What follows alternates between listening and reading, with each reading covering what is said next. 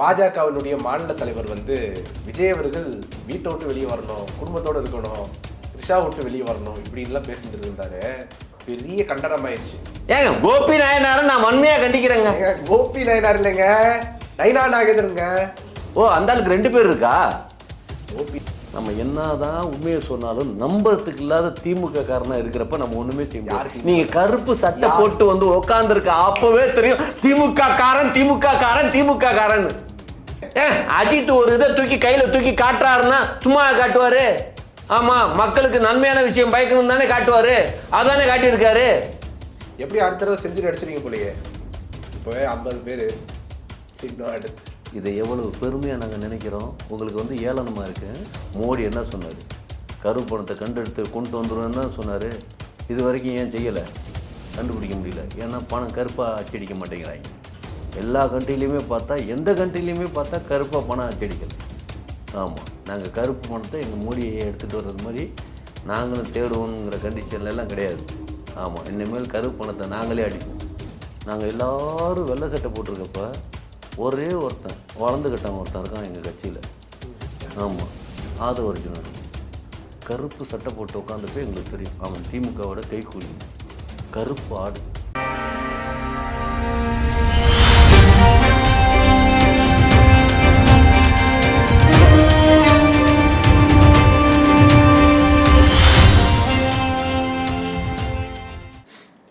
வாகை தமிழ் நேயர்களுக்கு வணக்கம். என்று நம்மோடு நேர்காணல் பேசுவதற்காக இயக்குனர் திருமிகு நந்தவனம் நந்தகுமார் அவர்கள் நம்மோடு இருக்கிறார். வாருங்கள், அவரோடு பேசலாம். வணக்கம் சார்.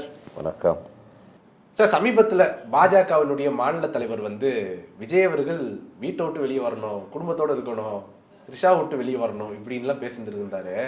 பெரிய கண்டனம் ஆயிடுச்சு. திமுகவினுடைய நாடாளுமன்ற உறுப்பினர் கனிமொழி அவர்கள் கூட வந்து கண்டனம் தெரிவிச்சிருந்தாங்க. எப்படி பார்க்குறீங்க அதெல்லாம்?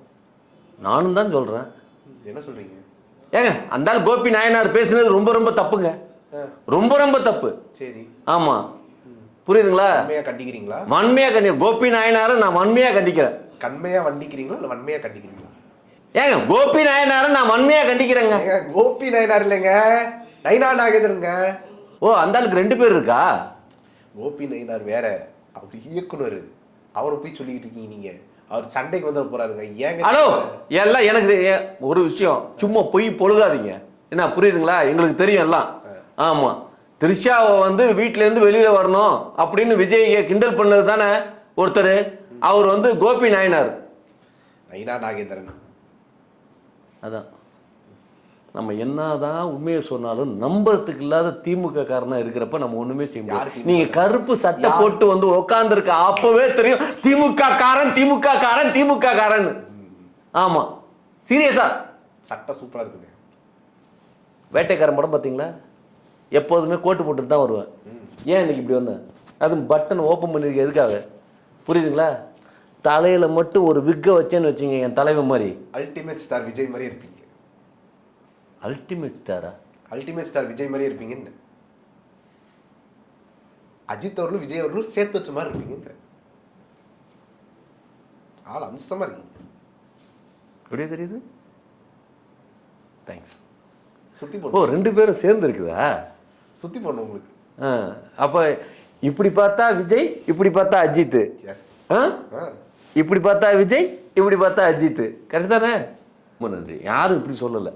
ஆமாம், எல்லாருமே நீங்கள் வந்து விக்கு வச்சா விஜய்ன்னு தான் சொன்னாங்க.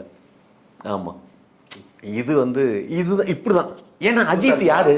எங்களுக்கு நண்பர் இல்லை. ஆமாம், இப்போ கூட கேம்பா நான் மற்றதெல்லாம் நிப்பாட்டிட்டேன்.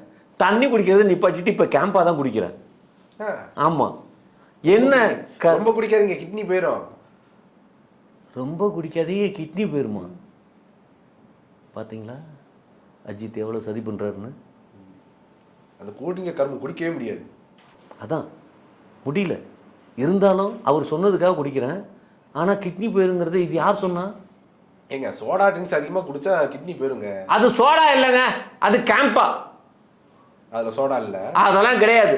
அஜித் கொடுப்பாரா? அது மாதிரி இதெல்லாம் விற்க மாட்டாரு. அப்போ அதுக்குள்ள என்ன இருக்கு? அந்த கூல் ட்ரிங்க்குள்ள என்ன இருக்கு? அது பெப்சி மாதிரியும் இல்லை, கொக்கோ கோலா மாதிரியும் இல்லை. அது ஒரு மாதிரியா இருக்குது. என்ன கலப்பாங்க? என்ன கலப்பாங்க? Soda drink, hello, artificial sugar இதெல்லாம் தெரியாது அஜித்துக்கு. அஜித் ஒன்று கையில் தூக்கி காட்டு. உங்களுக்கு தெரியுமா தான் கேட்குறேன். அஜித் ஒரு இதை தூக்கி கையில் தூக்கி காட்டுறாருன்னா சும்மா காட்டுவார்? ஆமாம், மக்களுக்கு நன்மையான விஷயம் பயக்கணும் தானே காட்டுவார். அதானே காட்டியிருக்காரு. ஆமாம், அவர் காட்டினாரு, நாங்கள் குடிக்கிறோம். ஆமாம், அதனால நாங்கள் செத்தாவும் கூட பரவாயில்ல.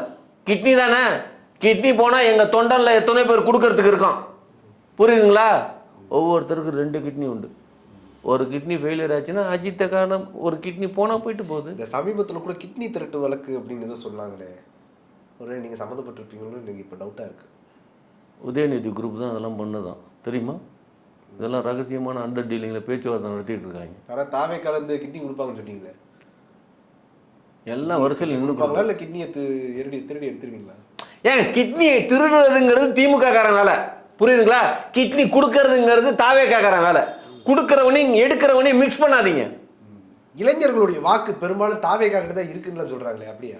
இருக்குன்னு என்ன சொல்றாங்க? இருக்குது. ஆமா, ஒரு விஷயம் தெரியுமா? திமுக பயப்படுதாமே உங்களை பார்த்து. வயசுக்கு வராதவங்க கூட எங்களுக்கு தாங்க ஓட்டு போடுவான். ஆமா, வயசுக்கு வராத ஓட்டு போட்டா ஜெயிலுக்கு போகணும், பரவாயில்லையா? ஓ, ஜெயிலில் தான் முதலமைச்சர் ஆகணும், பார்த்துக்கணும்.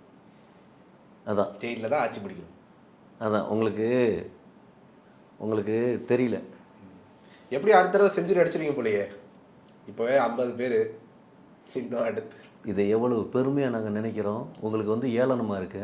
பெருமையாக நினைக்கிறீங்க, இது பெருமை.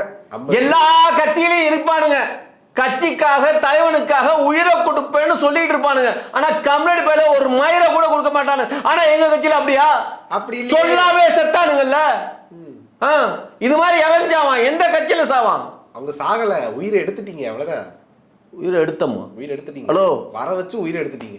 ஆமா, அது என்ன கூட்டம்னா நீங்க சாயங்காலம் நடத்த மாட்டீங்களா? எப்ப பார்த்தாலும் மத்தியான வெயில்ல தான் நடத்துவீங்களா? அதான் எல்லாம் பெரிய புரட்சி போருக்கு போறவரு அப்படியே மத்தியானத்துல வச்சு மலைக்கோட்டை கிட்ட வச்சு எடுக்கிறாரு, பேசுறாரு. பெரிய புரட்சி பண்ண போறாருல்ல. எவ்வளவு தப்பான விஷயம் நடந்துக்கு தெரியுதா? சாயந்தரத்துல வச்சா 41 பேர் செத்து போயிட்டான். புரியுதுங்களா? அதுக்காக தான் நாங்க மத்தியானத்துல பகல்ல வச்சோம்.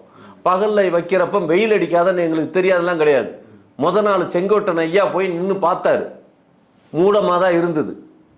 ஓகே, கரெக்டான கிளைமேட் நல்லா தானே இருக்குது அப்படின்னு சொல்லி தான் நாங்கள். ஆமாம் ஆமாம், சேலம்ல குளு குளு குளுன்னு பனிமலை பெஞ்சுக்கிட்டே இருக்குல்ல. அதை பார்த்து தான் எல்லாம் செட் பண்ணது. ஆனால் இந்த திமுக காரன் சதி பண்ணி அந்த சூரியனை ஜாஸ்தியா அடிக்க வச்சுட்டான். அந்த மேக மூட்டத்தை கலைச்சி விட்டான் கம்யூனிட்டி பேர. சும்மா சாதாரண கிடையாது, திமுக காரன் பயங்கர சதி செய்யறவன். ஆமா, அவங்க சின்ன கூட உதயசூரியன். அதனால தான் சொல்றேன், உதயமாகி நல்லா சுட்டு. அதுதான் உதயசூரியன் அவங்க ஏன் வச்சானுங்க. ஆமா, அதுக்காக தான் சொல்லுங்க. இது மாதிரி சாவடிக்கிறதுக்கு தான் உதயசூரியன் அவனுக்கு வச்சிருக்கானுங்க. ஆமா, சரி, விசில நீங்க எதுக்கு வச்சிருக்கீங்க? விசில நீங்க எதுக்கு வச்சிருக்கீங்க? அலாட் பண்றோம், மடக்கி ஊதுறதுக்கு தானே. அதான் அலாட் பண்றோம். டைட்டானிக் படம் பார்த்தீங்களா? விசில ஊதுனதுனால தான் அந்த ஹீரோயின் தப்பிச்சா. கரூர்ல 40 பேர் செத்து போனதுக்கே இன்னொரு டைட்டானிக் கடை இருக்கணும். என்னது புரியல? கரூர்ல செத்த 40 பேருக்காகவே இன்னொரு டைட்டானிக் படம் எடுக்கணும்னு நினைக்கிறேன். ஒரு காதல் கதையை வைக்கலாம். இல்லை, ஒரு தலைவனை பார்க்க சென்ற 2 காதலர்கள். பார்த்தீங்களா எந்த காலத்தில் இருக்கீங்கன்னு தெரியல. கரூரில் இந்த நாட்டு மக்களும் கள்ளக்காதலில் எவ்வளவு உன்னதமாக இருந்தாங்கன்னு உங்களுக்கு தெரியல. ஏங்க, கள்ளக்காதல் இதெல்லாம் வேண்டாங்க, ஒரு காதல் கதையை எடுத்துடலாங்க. 40 பேரும் உயிரை எடுத்த தலைவர். நல்லா இருக்கா? அதான் எல்லாம் சினிமா பைத்தியமாக சுற்றிட்டு இருக்கீங்க. ஆமாம், ஆனால் ஒரு விஷயம், அடுத்து சதனம் தான் எதிர்பார்க்கணும் போல. கூட்டத்தை நீங்கள் சாயங்காலம் நடத்த மாட்டீங்க, எப்போ பார்த்தாலும் மத்தியானம் தான் இருப்பீங்க. உங்களுக்கு அதாவது அவரு 10 நிமிஷத்துக்கு வெயிலில் 10 நிமிஷம், ஒரு 20 நிமிஷம் 30 நிமிஷம் பேசிட்டு அப்படியே போயிடுவார். ஆனால் அவரை பார்க்கறதுக்காண்டியே வெயிலில் அப்படியே நோகாமல் வெயிலில் அப்படியே இதெல்லாம் புரியல. இதெல்லாம் யாரு பண்ற தப்புன்னு நினைக்கிறீங்க? யார் பண்ற தப்பு? யாரு? எங்க தலைவன் பண்ற தப்பா? நீ வாடா வந்து நில்றா அப்படின்னு அவரு தான் சொல்றாரா? புரியல. சரி, அவரை பாக்குறதா இவ்வளவு பேர் வந்து நிக்கிறாங்கல்ல, அவங்களுக்கு கம்ஃபர்டபுளா இருக்க வைக்கணுமா இல்லையா? மத்தவங்க கூட்டம் எப்படி நடக்குது? சாயங்காலம் நடத்துறாங்கல்ல பாருங்க, சேர்ல கூட உட்கார வைக்கிறாங்கல்ல, போய் அங்க நிக்கிறாங்க, அவ்வளவு தூரம் வெயில்ல நிக்கிறாங்க. ஒரு பந்தல் போட வேண்டாம்? அதாவது ஏதாவது இப்படின்னா இப்படிம்பீங்க, இப்படின்னா இப்படிம்பீங்க. ஒரு பந்தலா அதாவது ஏங்க ஒரு விஷயம் தப்புன்னு சொல்ல ஆரம்பிச்சாச்சுன்னா எல்லாமே தப்பு தாங்க. ஆமா, வெயில்ல காத்து கிடக்குறாங்க, அவங்களுக்கு ஒரு பந்தல் போட முடியல. இவர் கெரியரின் உச்சத்தை விட்டு வந்தாராமா. அதான் பிடிக்காத பொண்டாட்டி கோர்ட்ல வந்து 1.5 கோடி ரூபாய் கட்டவே முடியாதவரு இதுக்கெல்லாம் இந்த பந்தலுக்கா செலவு பண்ண போறாரு. ஒரு விஷயம், இந்த கோர்ட்டு வரி இதெல்லாம் நல்லா ஞாபகம் வச்சுக்கோங்க. எங்கள் தலைவன் வரி கட்டாமல் கிடையாது, புரியுதுங்களா? ரஜினிகாந்த் தான் வரி கட்டாமல் இருந்திருக்காரு. ஆனால் எங்கள் தலைவன் அப்படி கிடையாது. எல்லா இடத்துலையும் பர்டிகுலராக வரி கட்டிட்டு வந்திருக்காரு. வரி கட்டின காசெல்லாம் என்னடா பண்ணுறாங்கன்னு கேட்டால் ஒருத்தரும் ஒன்றுமே சொல்லலை. அதுக்கப்புறம் தான் பார்த்தார் வரி கட்டாமல் நிப்பாட்டினார். புரியுமா? சிவாஜி படத்தில் விஜய் நடிச்சிருந்தா நல்லா இருக்கும்ல, சூப்பர் ஹிட்டாக இருக்கும். அந்த படம் ஃப்ளாப் ஆயிடுச்சு சிவாஜியில் ரஜினி நடித்ததுனால. புரியுதுங்களா? எங்கள் தலைவர் நடிச்சிருந்தா என்ன ஆயிருக்கும்? கருப்பு படத்தை மீட்டிருப்பார். படத்தில் மட்டும் இல்லை, நிஜத்திலே மீட்டிருப்பார் கருப்பு படத்தை எல்லாம். ஊழலை கண்டாலே பொங்குறார், பொங்கி எழுறார். உங்களுக்கு தெரியல, கருப்பு பணம்னு எல்லாம் தேடி தேடி தான் பார்க்குறோம். எல்லார்கிட்டையும் பார்த்தா கருப்பு பணமாகவே இல்லை. ஆமாம், எல்லாம் வெள்ளையாக தான் வச்சுருக்கோம். ஆமாம், நாங்கள் கருப்பு பணத்தை தேடாமலாம் அது கண்டுபிடிக்க முடியாமல் இல்லை. மோடி என்ன சொன்னார்? கருப்பு பணத்தை கண்டெடுத்து கொண்டு வந்துடுவேன்னு தான் சொன்னார். இது வரைக்கும் ஏன் செய்யலை? கண்டுபிடிக்க முடியல. ஏன்னா பணம் கருப்பாக அச்சடிக்க மாட்டேங்கிறாங்க. எல்லா கண்ட்ரிலையுமே பார்த்தா, எந்த கண்ட்ரிலையுமே பார்த்தா கருப்பாக பணம் அச்சடிக்கலை. ஆமாம், நாங்கள் கருப்பு பணத்தை எங்கள் மோடியை எடுத்துகிட்டு வர்றது மாதிரி நாங்களும் தேடுவோங்கிற கண்டிஷன்லாம் கிடையாது. ஆமாம், இனிமேல் கருப்பு பணத்தை நாங்களே அடிப்போம், நாங்களே அடித்து நாங்களே வச்சுப்போம். ஒரு இதை ஒழிக்கணும்னா அந்த கூட்டத்தோட கூட்டமாக நாம் பத்தாதே சார் பதுக்கிறதுக்கு. பனையூர் பங்களா பத்தாதா? ஹலோ, தமிழ்நாட்டில் இருக்கிற 8 கோடி வீடு யார் வீடு? எல்லாமே ஓ புரியுது. நாங்கள் என்ன எங்கள் வீட்டில் வச்சுக்கிறோம் சொல்கிறோம், எல்லார்கிட்டையும் கொடுத்து வைப்போம். ஒரு விஷயம், சந்தோஷத்தை பகிர்ந்து வலிக்கணும், துக்கத்தை தான் தனியாக வச்சுக்கணும். புரியுதுங்களா? ஆனால் இவனுங்களாம் எப்படி தெரியுமா? ஆமாம், நானும் பார்த்தேன். துக்கம்லாம் வந்து எப்படி அனுசரிக்கிறாருன்னா, அங்கே நேரடியாக அவர் போக மாட்டாராம். அவங்க துக்கத்தில் யார் இளவு வீட்டில் யார் அழுதுட்டு இருக்காங்களோ, வாப்பா என் வீட்டுக்கு வாப்பா, நான் உனக்கு ஆறுதல் சொல்கிறேன் அப்படின்னு சொல்லுவாராம். இல்லை என்ன பிரேமானந்த சாமியாரா அவர்? என்னிடம் பாருங்கள், உங்களுக்கு அருளாசி தருகிறேன். பிரேமானந்த சாமின்னா யார் தெரியுமா? யார்? அவர் வந்து பெண்களோட விஷயத்தில் வீக்காகி இல்லீகல் அஃபேரில் மாட்டி ஜெயிலுக்கு போனவர். அவர் பக்தருங்கிற பேரில் அறைக்குள்ளார அரை நிர்வாண பூஜை நடத்தினவர். புரியுதுங்களா? 12 மணிக்கு மேலே முழு நிவார பூஜை நடத்தினவர். அவரோட கம்பேர் பண்ணுற அளவுக்கு என் தலைவனை ஈடு நடத்துறீங்கன்னா நீங்கள் எந்த அளவுக்கு மோசமான சிந்தனையில் இருக்கீங்க தெரியுதா? ஆனாங்க யாரோட கம்பேர் பண்ணுன்னு ஒரு விவஸ்தை இருக்குது. புரியுதுங்களா? ஆனால் எங்கள் சாமியாரான்னு கேட்டது ஒரு குத்தமாங்க. சாமியார்னு கேட்கலாமே, அத்தோட முடிச்சுக்கலாம்ல. அது ஏன் பிரேமானந்தா சாமியார்னு கேட்கணும்? சரி, நித்யானந்தன் சொல்லட்டுமா? நித்யானந்தா தான் நீ தலைவன். ஒரு விஷயம் தெரியுமா? அவனையா ஒரு விஷயம் தெரியுமா? ஒரு விஷயம் தெரியுமா? பிரேமானந்தா சாமியாவது ஜெயிலில் தூக்கி போட்டானுங்க. ஆனால் நித்யானந்தாவுக்கு தனியாக தீவு வச்சு கொடுத்து தனி நாடே கொடுத்துட்டானுங்க. புரியுதுங்களா? மன்னனுக்கு பழையவர் தானே இன்னொரு நாடு. ஏங்க நான் திருப்பி சொல்கிறேன், ஒரு காலத்தில் தப்பு செஞ்சவன் தண்டிக்கப்பட்டான், இப்போ தப்பு செய்கிறவன் நிம்மதியாக வாழ்கிறான். புரியுதுங்களா? எங்கே தப்பு நடந்தாலும் அதை எதிர்த்து நின்று கேட்கணும். அதை எவன் கேட்பான்? உடனே சொல்கிறீங்க நித்யானந்தா மாதிரி வாழணுன்னு.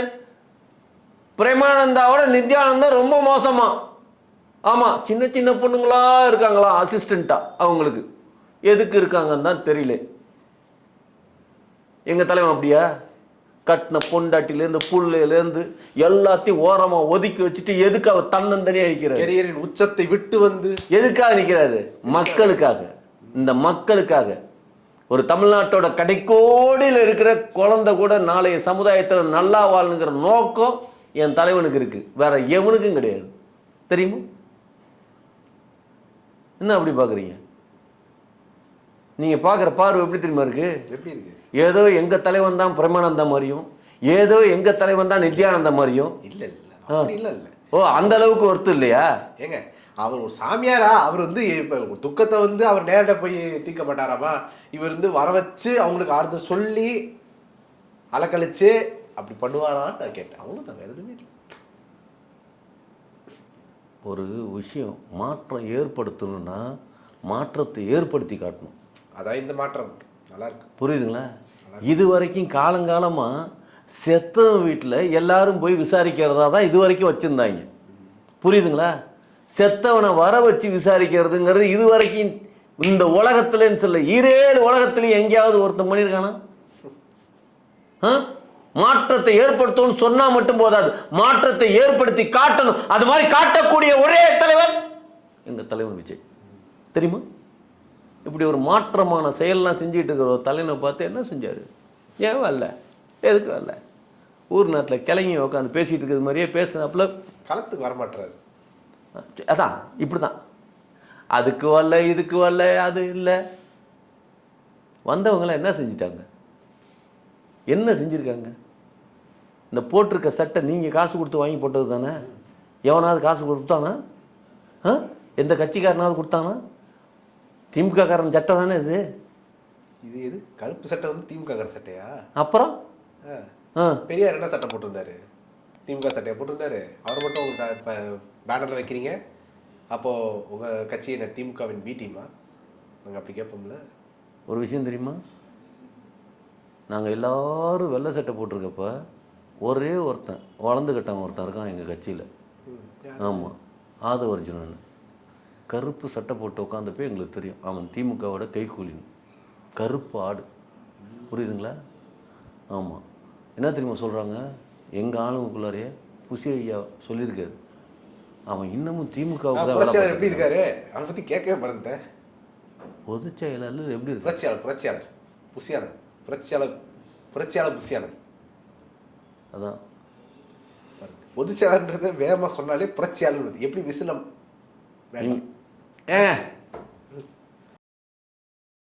அப்படிங்கிறத வந்து ஒரு எப்படி ஒன்று கெட்ட வார்த்தையா பயன்படுத்துறதுக்கு நீங்க முயற்சி பண்றீங்களோ அதே மாதிரி பொதுச் செயலாளரை வேகமாக சொன்னா புரட்சியாளர் வர்றதுங்கிறது உண்மை.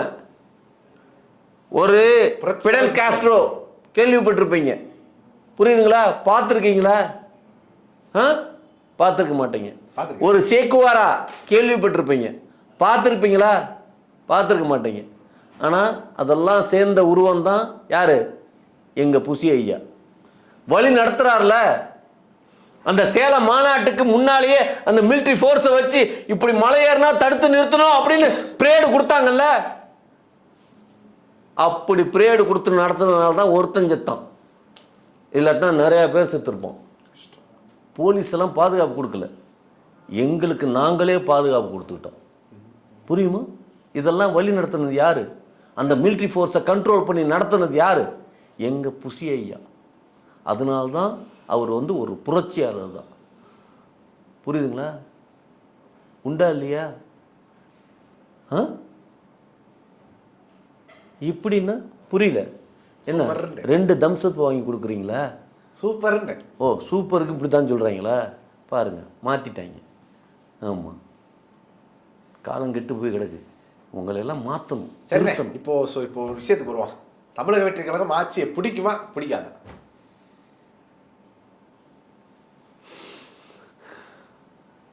மாணிக்கம், புரியல. பேசு பிரயோஜனம் இல்லைங்கன்னு நினைக்கிறேன். இவ்வளவு தூரம் பேசியும் கொஞ்சம் கூட நாலேஜ் இல்லாமல் நம்ம ஆட்சியை பிடிப்போமா பிடிக்க மாட்டோமான்னு கேட்டால் இதில் என்ன நம்ம சொல்கிறது?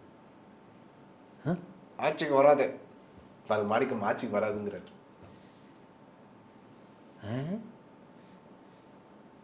அப்படியா? ஆமாம் ஆமாம், வராத.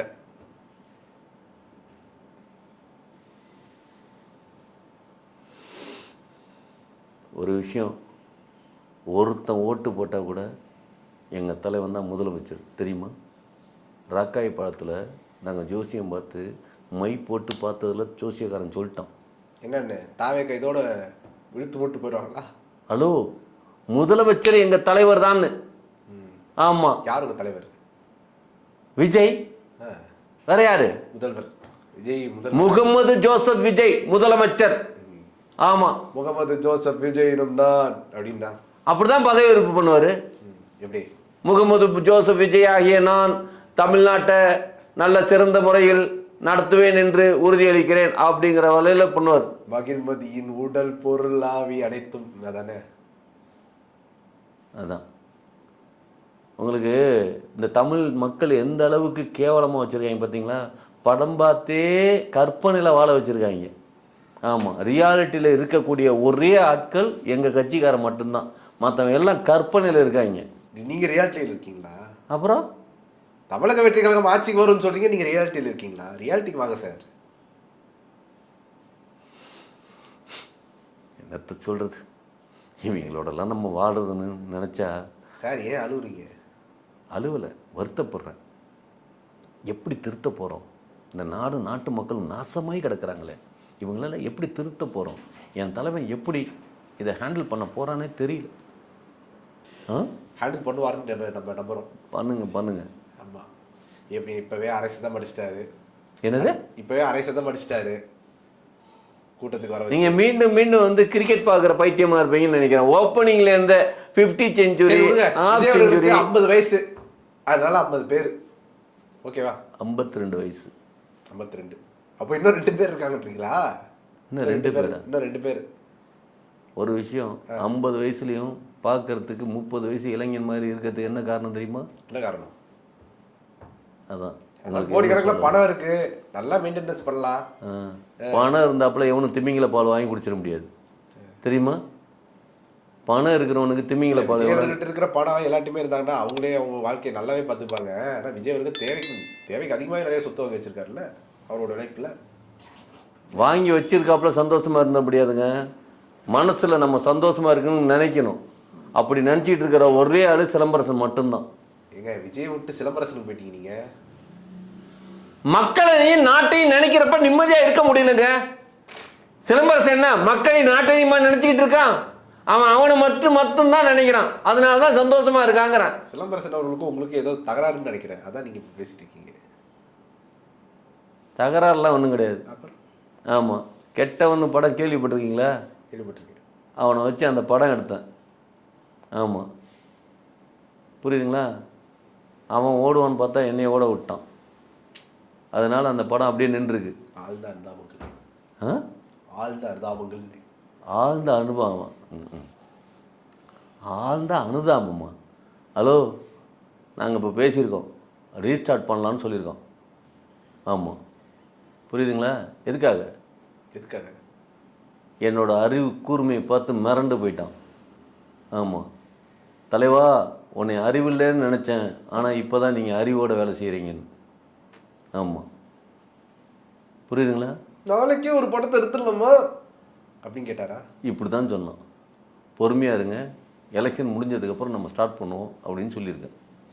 ஆமாம், படத்தை சிறப்பாக எடுத்துடலாமா? புரியல. இல்லை, படத்தை சிறப்பாக எடுத்துடலாமான்னு கேட்குறேன். அதான் இப்படி தான் சில நேரத்தில் புரியாமல் பேசுவான். என்ன பேசுகிறான்னு நமக்கே புரியாது, மிஸ் அண்டர்ஸ்டாண்டிங் ஆகிடுது. அதனால் இப்போ நல்லா ஸ்பீச் தெரப்பி கொடுக்கறதுக்கு சொல்லியிருக்கேன். இல்லை, எனக்கு முதல்ல மேத்ஸ் நல்லா வந்தது, இப்போ மேத்ஸ் வரல. ஏன்னா எனக்கு மேக்ஸ் வந்தது. மேக்ஸ் வந்ததா? இல்லை, எனக்கு மேத்ஸ் வராது. இப்போ வந்தது. ஆமாம், என்ன பண்ணுறது? சரி சார், இப்போ சிம்பு விடுங்க சார். இப்போ வந்து நம்ம தமிழக வெற்றி கழகத்திட்ட வரலாம் சார்.